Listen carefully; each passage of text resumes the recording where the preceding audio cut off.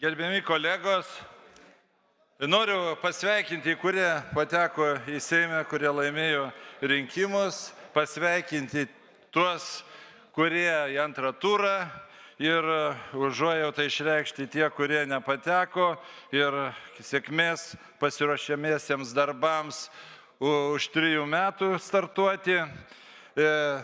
Noriu kaip ir priesakus tokius, kurie pateks į Seimą, kurie pateko, kad pagrindiniai darbai, kurių net neminima ir reikės rimtai dirbti ateities projektams ir visiems kitiems darbams, kurie ateityje laukia, tai sutvarkyti, patvarkyti energetikų mafiją, nes kainos elektros nepagrįstos, kovoti, kad 11, ten 15 centų už kilovatvalandę būtų, kad neutralizuoti tos manipuliatorius, kurie ten skaičiuoja, kai elektros nenaudoja, kad ir paskui vidutinį išveda labai jau tipo atpigo tuos melagius ir manipuliatorius, paskui atliekų supirkimo ir perdirbimo mafija, kur jau apmokėta už atliekas ir 2-3 kartą jau apmokestina